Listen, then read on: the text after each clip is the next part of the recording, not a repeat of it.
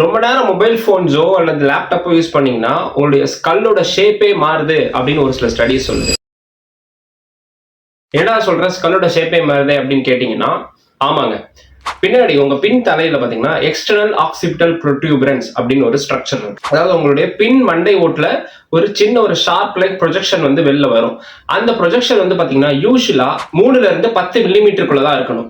But prolonged mobile phone usage பண்றவங்களுக்கும் ப்ரோலாங்டான systems பாக்குறவங்களுக்கும் பாத்தீங்கன்னா 10 மில்லிமீட்டர்ல இருந்து 32 மில்லிமீட்டர் வரைக்கும் அது க்ரோ ஆகுது அப்படின்னு ஒரு சில ஸ்டடிஸ் சொல்லிட்டு இருக்காங்க. சரி, இதனால ஏதாவது பிரச்சனை இருக்குமான்னு கேட்டீங்கன்னா, இனிஷியலா இந்த போன் க்ரோத்னால எந்த ஒரு ப்ராப்ளமும் இருக்காது.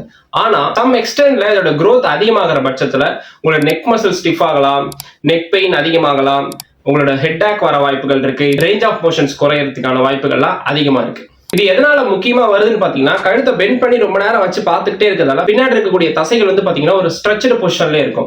அந்த ஸ்ட்ரெச்டு பொசிஷன் என்ன பண்ணுன்னு பாத்தீங்கன்னா, அந்த ப்ரோட்யூபரன்ஸ் அப்படின்ற அந்த போனி ப்ராமினன்ட் ஏரியாவை வந்து புல் பண்ண ஆரம்பிக்கும். இந்த புல்லிங் நடக்கிறதால பாத்தீங்கன்னா ஆட்டோமேட்டிக்கா அந்த இடத்துல வந்து பாத்தீங்கன்னா அந்த போன் குரோத் வந்து எக்ஸ்ட்ராவா நடக்கிறதுக்கான வாய்ப்புகள் அதிகமா இருக்கு அப்படின்னு ரிசர்ச்சர்ஸ் கிளைம் பண்ணிட்டு இருக்காங்க. அதுக்காக நான் ஃபார்வர்ட் பெண்டிங்கே தப்புன்னு நான் சொல்ல வரல. ப்ரோலாங்டா எந்த போர்ஷன் நீங்க அடாப்ட் பண்ணாலும் அது தப்பு தான். சோ முடிஞ்ச வரைக்கும் ஆக்டிவான ஒரு லைஃப் ஸ்டைல்ல இருங்க. இந்த வீடியோ பார்த்துட்டு இருக்கும்போது எத்தனை பேர் வந்து ஃபார்வர்ட் பெண்டிங்ல வச்சு போன் பார்த்துட்டு இருந்தீங்க அப்படின்னு கீழே கமெண்ட் செக்ஷன்ல கமெண்ட் பண்ணிட்டு போங்க. பை.